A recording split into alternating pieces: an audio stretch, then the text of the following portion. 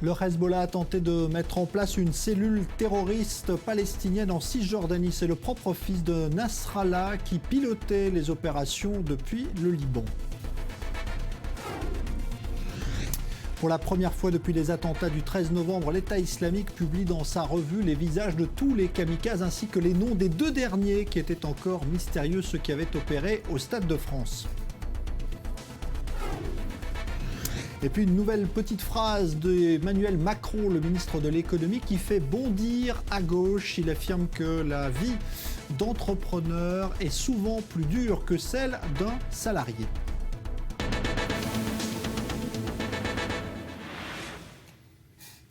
Bonsoir. Une cellule terroriste palestinienne liée au propre chef du mouvement chiite libanais Hezbollah. C'est le résultat d'une enquête menée par les services de sécurité israéliens qui ont arrêté plusieurs suspects alors qu'ils s'apprêtaient à commettre des attentats pour le compte du groupe libanais. Maxime Pérez. L'information confirme les craintes des responsables israéliens. Dans l'incapacité d'ouvrir un nouveau front pour le moment, le Hezbollah tente de s'implanter dans les territoires palestiniens, où il encourage la préparation d'attentats anti-israéliens. La puissance milice chiite libanaise est parvenue à actionner une cellule terroriste de 5 Palestiniens habitant la ville de Tulkarem. Ces derniers ont été récemment interpellés par l'armée israélienne et le Shabak, alors qu'ils planifiaient une attaque à l'arme automatique. Plus surprenant, le mode opératoire du Hezbollah, Mahmoud Jaloul, identifié comme le cerveau du groupe palestinien, a été recruté sur les réseaux sociaux par Jawad Nasrallah, qui n'est autre que le fils du secrétaire général du Hezbollah, Hassan Nasrallah. Pour communiquer et recevoir des instructions, le chef du groupe a créé une nouvelle boîte de messagerie. Mahmoud Jaloul a également reçu la somme de $5000 transférée par virement bancaire. L'enquête a permis de comprendre que cette cellule dormante planifiait d'autres attaques plus sophistiquées. En plus de devoir observer les mouvements de l'armée israélienne dans la région de Tulkarem, les apprentis terroristes avaient reçu des instructions sur le maniement et la fabrication d'explosifs. Le mois dernier, c'est dans cette même ville de Tulkarem que l'armée israélienne avait opéré un coup de filet dans les rangs du Hamas. Une vingtaine de ses membres avaient été arrêtés. Ils prévoyaient notamment des attentats suicides. Alors avec nous Jacques Neria, bonsoir, notre expert militaire pour le Moyen-Orient. D'abord, on est un peu surpris d'imaginer qu'il y ait des liens entre le Hezbollah, mouvement chiite libanais, et les groupes palestiniens qui ne sont pas... Il faut commencer par le commencement avec Hezbollah. Hezbollah est une organisation qui est devenue, je dirais, une organisation mère qui a formé d'autres organisations régionales, Hezbollah Irak, Hezbollah Yémen, Hezbollah Syrie, Hezbollah Jordanie et Hezbollah Palestine. Les relations entre Hezbollah et Palestine étaient généralement avec la bande de Gaza, donc avec Hamas plutôt qu'avec les éléments de Cisjordanie. Et là, c'est une nouveauté. Donc, ce qui prouve que finalement, en suivant l'histoire, on voit bien que l'initiative n'avait pas été prise par Hezbollah, mais plutôt par des Palestiniens de la région de Tulkarem. Donc, je dirais, à la base, nous avons cette organisation régionale où Hezbollah essaie par un effort supranational ou ethnique ou religieux, de former, je dirais, une organisation qui essaie de contrer Israël là où c'est possible. Et là, ce qu'il y a d'intéressant, c'est que cette organisation sur Hezbollah-Palestine a été confiée au deuxième fils de Nasrallah. Le premier, Mohamed Hadi, était tué dans les combats avec Israël et son corps a été rendu en 2008 à Hezbollah. Il y a encore 2 autres frères, donc c'est Mohamed Ali et Mohamed Mahdi. Donc eux aussi sont plus ou moins impliqués dans les affaires de terrorisme. Et tout cela, c'est une affaire de famille, comme l'affaire de famille est aussi le fait de la famille Mournier. Donc finalement, Djihad Mournier, qui a été tué il y a presque un an au Golan, qui était le chef de l'unité Radwan, était tout simplement le parallèle de Jawad, qui est toujours vivant aujourd'hui, et qui est le chef de la célèbre cellule 133, l'unité 133, qui gère les attaques contre les intérêts israéliens. Alors, on sait que le Hezbollah, évidemment, cherche à venger les récentes attaques portées par Israël. Est-ce qu'on peut imaginer que ces attentats étaient en représailles des récentes attaques qui ont éliminé des chefs du Hezbollah? Écoutez, s'il pouvait, il l'aurait fait depuis longtemps. Le prétexte de Samir Kontar ou d'autres attentats ou d'autres problèmes escarmouches avec l'armée israélienne ne sont, je dirais, que ne sont que des prétextes. Hezbollah a une difficulté aujourd'hui à manœuvrer en Europe parce que et dans d'autres pays qui sont aujourd'hui sous la loupe de tous les services. Les services sont beaucoup plus, je dirais, coordonnés. Les Israéliens avec les Européens, les Américains et les Russes, ce qui fait que la tâche de Hezbollah est difficile, surtout dans une période où l'Iran est un modérateur, n'a pas d'intérêt aujourd'hui à susciter de problèmes avec les États-Unis et avec le monde occidental. Est-ce qu'il faut s'inquiéter de voir le Hezbollah tenter justement de venir s'implanter en Cisjordanie? Est-ce que c'est une tendance à votre avis? Notre problème en Cisjordanie n'est pas Hezbollah, c'est une cellule de 5-6 individus. Notre problème en Cisjordanie, c'est Hamas. Si jamais on laissait aujourd'hui des élections libres en Cisjordanie, il n'y a aucun doute que Hamas aurait gagné ces élections-là et l'autorité palestinienne aurait depuis longtemps été effacée. Donc le vrai problème d'Israël, c'est Hamas et non pas le Hezbollah aujourd'hui. Merci Jacques Neria, donc expert pour les questions de sécurité au Moyen-Orient. Et justement, après l'attentat au couteau meurtrier dans l'implantation d'Otniel, polémique autour de la politique sécuritaire du gouvernement Netanyahou. Comment mieux protéger, par exemple, ces implantations qui sont situées au milieu de villages arabes en Cisjordanie? Eh bien, les explications de Mathias Yenbar. Des propos qui passent mal du côté des habitants des implantations. Je souhaiterais construire une barrière de sécurité autour du village d'Otniel et de ceux qui n'en ont pas. La phrase aurait donc été prononcée par Binyamin Netanyahou au cours de sa visite à Otniel, justement, auprès de la famille de Daphna Meir, cette mère de 6 enfants poignardée à mort à son domicile. Et le Premier ministre israélien d'expliquer qu'aucune initiative ne sera prise sans l'accord des leaders des implantations du Mont Hébron. Levée de boucliers immédiat des résidents d'Otniel, ces derniers préfèrent être protégés par une technologie de caméra de surveillance. Nous sommes en 2016, pas dans les années 70 ou 80. Notre système va au-delà de simples caméras de surveillance. Tous les mouvements sont captés par notre système de sécurité ultra-moderne. Si un chien aboie et court dans tous les sens, nous le verrons. Ce qui n'a pas empêché qu'un terroriste palestinien passe au travers du système et poignarde Daphna Meir. Des résidents qui rappellent toutefois que les barrières de sécurité ne sont pas non plus imperméables et prennent pour exemple le meurtre de 5 Israéliens en 2011. 2 terroristes palestiniens avaient alors entaillé la barrière de sécurité pour assassiner les parents Fogel et 3 de leurs enfants. Un problème de fond, estime au contraire les responsables sécuritaires. Pour Yehuda Glick, activiste pour la construction d'une 3e temple et résident d'Otniel, la construction d'une barrière de sécurité empêcherait de facto la poursuite des constructions et donc leur expansion. Alors cette polémique prend un accent très politique parce qu'il y a eu plusieurs déclarations importantes cette semaine. Daniel Haïk, bonsoir. Bonsoir et notamment celle du ministre de l'Éducation, Naftali Bennett, qui est un des personnages évidemment centraux de cette coalition de Netanyahou. Oui, effectivement, dans un discours lors du forum de l'Institut national des études stratégiques qui s'est tenu cette semaine à Tel Aviv, qui était l'occasion pour plusieurs personnalités politiques israéliennes de s'exprimer, eh bien Naftali Bennett a eu des propos très critiques envers la politique du gouvernement dans lequel il siège, et de Binyamin Netanyahou, et aussi du ministre de la Défense, Moshe Yaalon. Alors pour lui, la menace véritable, la menace principale pour Israël, eh bien ce n'est pas celle qui vient ni du Sud, ni du Nord, ni du Hamas, ni du Hezbollah, ni même de l'Iran. La menace pour Naftali Bennett, c'est une forme de paralysie de l'esprit, d'une forme de passivité de la politique du gouvernement. C'est un mauvais concept, a-t-il dit, et il faut préciser que lorsque l'on parle de concept en Israël, eh bien, le premier mot qui vient à l'esprit, c'est la guerre de Kippour, parce qu'à l'époque, les services de renseignement avaient eu un mauvais concept. Ils avaient cru que l'armée israélienne que l'armée égyptienne n'oserait pas attaquer, et on a vu là-dessus, ils se sont trompés à ce niveau-là.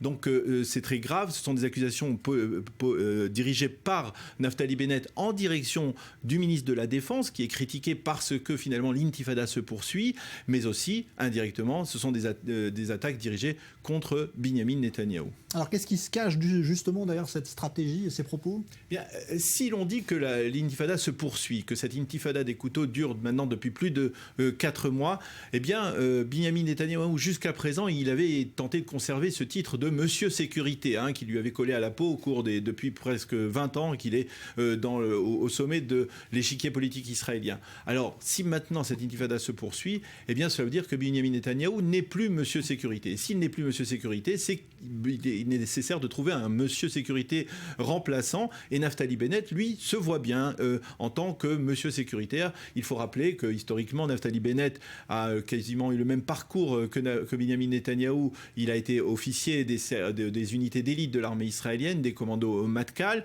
et eh bien, il estime que Moshe Yaalon n'est pas suffisamment ferme, n'est pas suffisamment dur dans sa répression de cette intifada, et que lui, il saurait très certainement mieux le faire. Il faut rappeler aussi qu'avant la formation du gouvernement, de l'actuel gouvernement, eh bien, Naftali Bennett aurait bien aimé être ministre de la Défense, puis il aurait préféré ce portefeuille à celui qu'il a obtenu finalement de l'Éducation nationale. Et donc, quelque part, il y a là une volonté de Naftali Bennett, mais il faut le souligner, pas seulement de Naftali Bennett, d'autres aussi prétendant au titre de Monsieur Sécuritaire ou au titre de potentiel prochain Premier ministre, comme Gideon Sa'ar, qui est aujourd'hui un rival, qui est un ancien ministre de l'Éducation lui aussi, du Likoud, qui est aujourd'hui un rival, qui est dans l'attente pour l'instant, qui est en recul, mais qui lui aussi critique la passivité de Binyamin Netanyahou, la passivité du gouvernement face à l'intifada, face à cette intifada des couteaux. Et donc il y a là une position très claire. Ce sont des jeunes, on va dire des jeunes loups, qui se positionnent comme de potentiels responsables de la sécurité, mais aussi dans l'avenir de potentiels Premier ministre.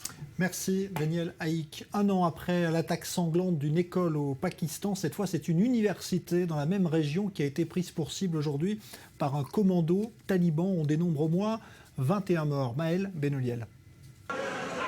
Les premiers blessés sont évacués sur des civières. À l'extérieur de l'université de Sharsada, des dizaines de véhicules militaires sécurisent la zone.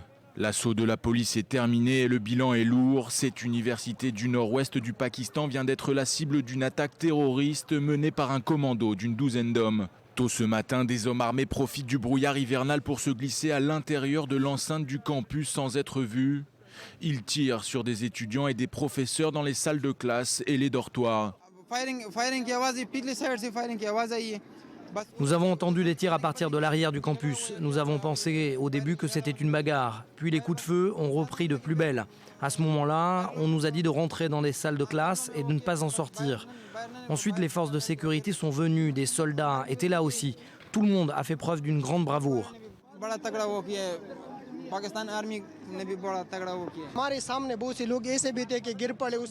Beaucoup de gens sont morts sous nos yeux. Il y a aussi de nombreux blessés, des étudiants pour la plupart et des membres des services de sécurité. Tout le monde est très choqué.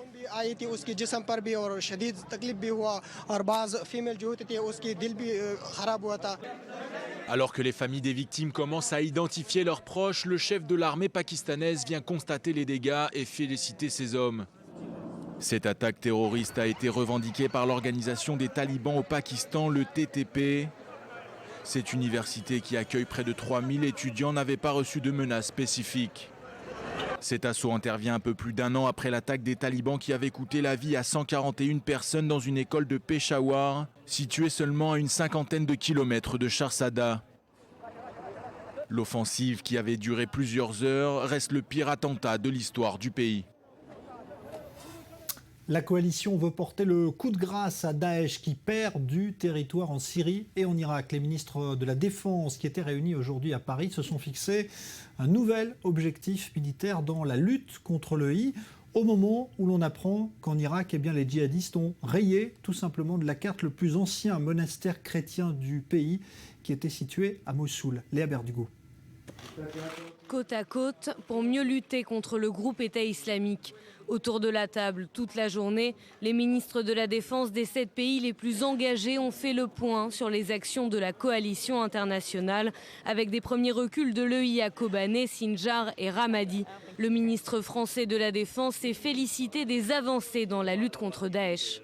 Nos efforts conjoints, ainsi que ceux de tous les membres de la coalition, portent leurs fruits. Et on observe ces dernières semaines un recul de Daesh. Sa résilience doit toutefois nous amener à améliorer encore notre action. Quels moyens seront mis en place? Plus d'avions de combat, mais également plus de formateurs de troupes au sol. Le secrétaire d'État américain à la Défense a énoncé sa feuille de route pour détruire le groupe État islamique. Premièrement, détruire le cancer de l'État islamique en supprimant ses centres de pouvoir à Raqqa et Mossoul.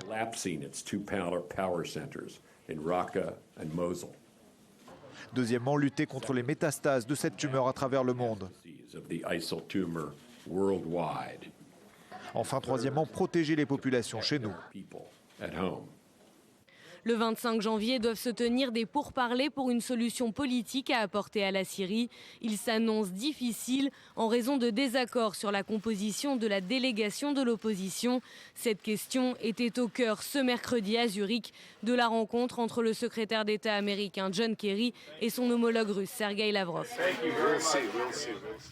Alors on va retrouver à Paris Christian Mallard, notre consultant diplomatique qui suit cette rencontre. Bonsoir Christian. Est-ce que vous avez l'impression qu'on est vraiment là, déterminé à passer à l'étape supérieure ?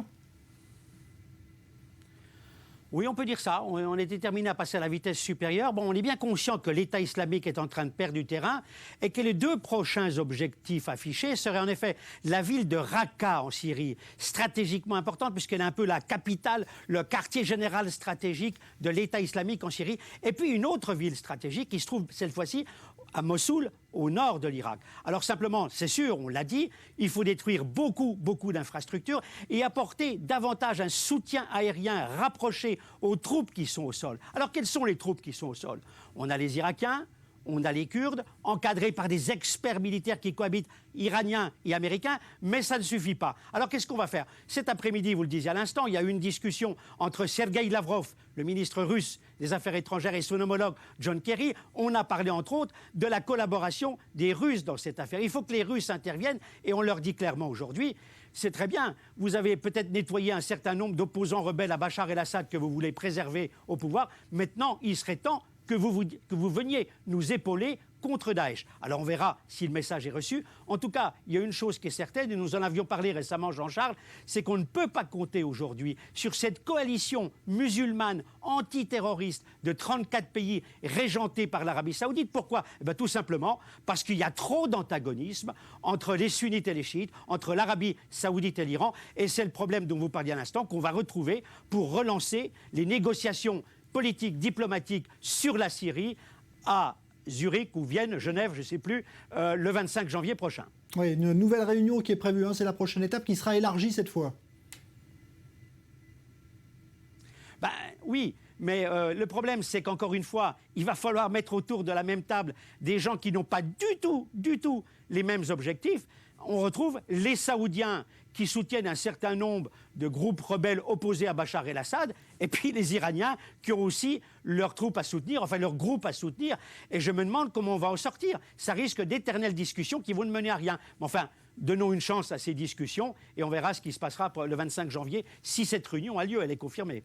Merci Christian Mallard depuis Paris. Donc l'État islamique qui, dans sa dernière revue publiée en anglais, pour la première fois diffuse les photos de tous les kamikazes des attentats de Paris. C'est une sorte de revendication photo à l'appui, Léa Berdugo. Oui, c'est un photomontage assez malsain qui met en scène 9 djihadistes en tenue militaire, tous auteurs des attaques terroristes du 13 novembre dernier à Paris et à Saint-Denis. Alors au centre de la photo, Abdelhamid Abaoud, le fusil d'assaut à la main autour de 8 assaillants. En second plan, une vue aérienne de Paris et le toit d'une ambulance avec ce titre « Just Terror », juste la terreur. Les 8 djihadistes sont présentés par leur nom de combattants. On peut reconnaître Sami Amimour, Brahim Abdeslam, Ismail Omar Mostefai. L'un d'eux pourrait être le kamikaze qui s'est fait exploser dans l'appartement de Saint-Denis. Et le troisième kamikaze du Bataclan serait également présent. Alors on note, Jean-Charles, un absent sur la photo. Il s'agit de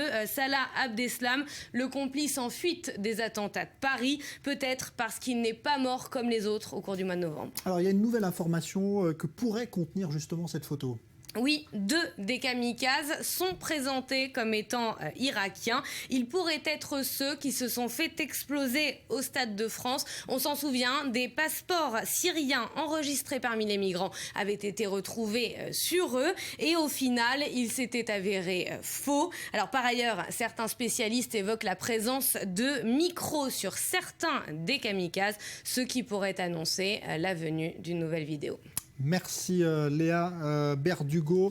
On rappelle justement que concernant ces attentats du 13 novembre, eh bien, une plainte a été déposée par l'une des complices d'Abaoud, celle qui se trouvait dans l'appartement de Saint-Denis qui avait été ciblée par les policiers juste après les attaques du 13 novembre.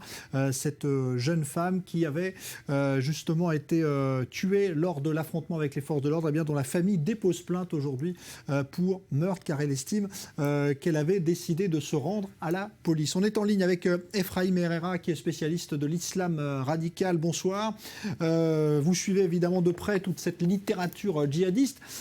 Comment interpréter justement le fait que l'État islamique fasse cette revendication assez, on va dire, spectaculaire des attentats de Paris aujourd'hui en donnant les identités notamment de ceux dont on ne connaissait pas encore les noms de ces 2 Irakiens? Écoutez, c'est clair, ils le disent clairement dans leur dernière revue qu'ils ont publiée en français qui s'appelle Darul Islam. Ils disent « La France et ceux qui suivent sa voie doivent savoir qu'ils restent les principales cibles de l'État islamique et qui continueront à sentir l'odeur de la mort pour avoir pris la tête de la croisade, avoir insulté notre prophète, s'être vanté de combattre l'islam en France et avoir frappé les musulmans en terre de califat avec leurs avions. » Donc l'État islamique a déclaré la guerre à la France, qui, pour eux, a déclaré la guerre à l'islam. Alors, Efraïm Herrera, il y a également aussi dans cette revue de l'État islamique, pour la première fois aussi, eh bien, la reconnaissance de la disparition de celui qui était un peu l'emblème de cette organisation terroriste, c'est-à-dire le fameux djihadi jaune. L'État islamique reconnaît qu'il a bien été éliminé lors d'une frappe. Oui, ils n'ont jamais de problème à reconnaître leur mort. Pour eux, leur mort, c'est une fierté. Dans une de leurs revues en anglais, ils ont montré la photo du corps d'un de leurs shahids, de leurs shuhada, de leurs martyrs, en disant « Voilà, il a réussi à atteindre le martyr ». Donc mourir pour l'islam, c'est le but de tout musulman orthodoxe qui suit la voie de l'État islamique. Ils n'ont pas de problème à reconnaître leur mort, mais il y aura toujours un remplaçant. Au contraire, c'est ce qui va fomenter, qui va nourrir justement ce combat. Ouais. Dernière question, Efraïm Herrera. Aujourd'hui, l'État islamique semble en difficulté, en repli. Il a également diminué le salaire de ses combattants. C'est un vrai signe, le premier signe de faiblesse de cette organisation? Je ne crois pas, parce que n'oubliez pas qu'il subit actuellement les bombardements d'une coalition qui comprend les pays les plus puissants du monde. Ils n'ont perdu que moins de 15% de leur territoire en Syrie. Ils continuent à attaquer en Libye. Ils continuent à attaquer en Afrique, ils prennent des territoires un peu partout, ils sont encore très très très dynamiques. Et n'oubliez pas non plus que vous avez aujourd'hui 1500 musulmans français, c'est-à-dire un musulman français sur 4000 qui... Alors, coupure de liaison avec Efraïm Herrera, dont on a en tout cas compris la teneur du message. La France, elle, s'apprête justement à prolonger l'état d'urgence qui est en vigueur depuis les attaques du 13 novembre. C'est en tout cas la décision qui devrait être prise dans les jours qui viennent, directement par le chef de l'État, et malgré des protestations de plus en plus vives dans le pays. Julia Ganancia. J'ai annoncé Prolonger l'état d'urgence, c'est la volonté du président français. La décision sera prise dans les prochains jours. À quelques semaines de la date butoir, le chef de l'État souhaite de nouveau reconduire ce dispositif. Une loi est en préparation pour être présentée en Conseil des ministres dès la première semaine de février. Un dispositif qui maintient la capacité de la France à se protéger à son niveau maximal. Au lendemain des attentats du 13 novembre, François Hollande avait pris des mesures exceptionnelles devant le Congrès à Versailles. L'état d'urgence avait été adopté puis prolongé une première fois de 3 mois jusqu'au 26 février. Il permet des mesures exceptionnelles et des moyens considérablement renforcés pour lutter contre le terrorisme. Des perquisitions à domicile peuvent être menées de jour comme de nuit. Les forces de sécurité sont massivement déployées et les policiers peuvent désormais être armés hors de leurs heures de travail. Mais ce mercredi, la Ligue des droits de l'homme annonce avoir saisi le Conseil d'État pour mettre fin à ces mesures contraignantes. Selon l'organisation, elles ne seraient plus justifiées et porteraient une atteinte grave et manifeste aux libertés. La plus haute juridiction administrative examinera le recours mardi 26 janvier. Depuis les attentats, les forces de sécurité ont procédé à près de 3000 perquisitions. Plus de 400 personnes ont été assignées à résidence pour motif de radicalisation. Une dizaine de salles de prière clandestines ont été fermées et près de 500 armes ont été saisies.